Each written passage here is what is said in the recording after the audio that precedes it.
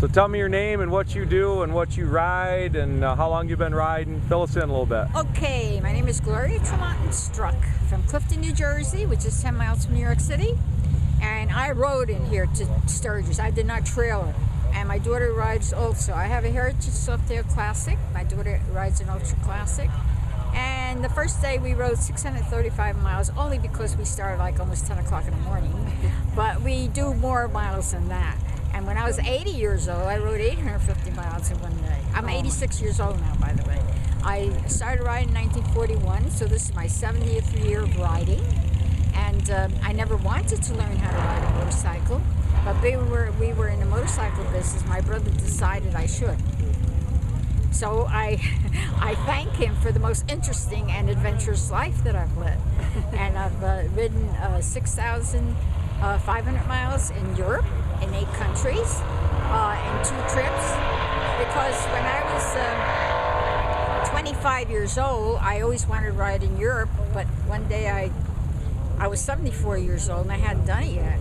And so in 2 trips, when I was 74 and when I was 76, I rode the most challenging pass in the Alps, which is the Passo Stelvio.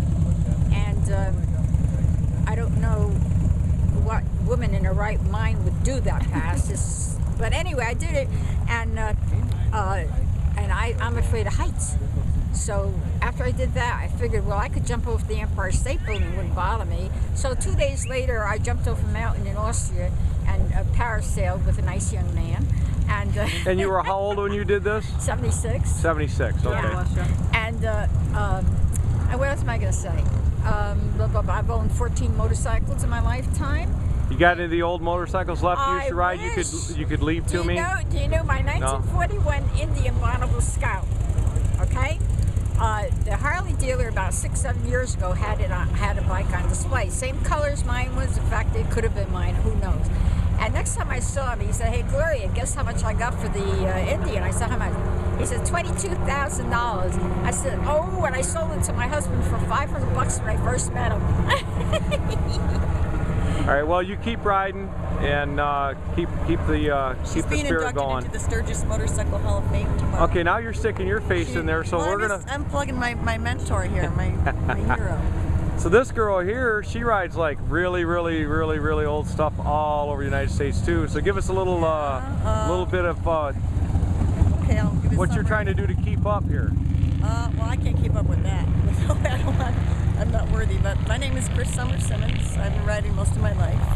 I wrote a book about 3 years ago called The American Motorcycle Girls. And you can find that where? Amazon. Okay. Yeah. All right. Well, now we got the plug in. Although we don't have any more Borders stores. Yeah. I'm in there too. That's how I met Gloria. I met her and interviewed her for my book. Oh, okay. Well, now she's in. She's worldwide on the World Wide Web now that she's in here. That's right, she is. Yes, and you know Bob Kay and Jeff Nager? Yes, I do. They're the ones that put me up to doing this. Hey, Bob, how's it going, man? I haven't seen you in a long time. Yeah, he's. I don't know. Jeff's in there for sure, but so you can yell at him and want to know who the crazy guy is they gave the camera to interview people. And then I'm the a year Roving ago, I Reporter. heard about this ride called the Motorcycle Cannonball. It was a pre-1916 cross-country endurance ride. And we had a 1915 Harley that we had in the garage for many years. We got it running, and I did the ride. I was the only American woman on the ride.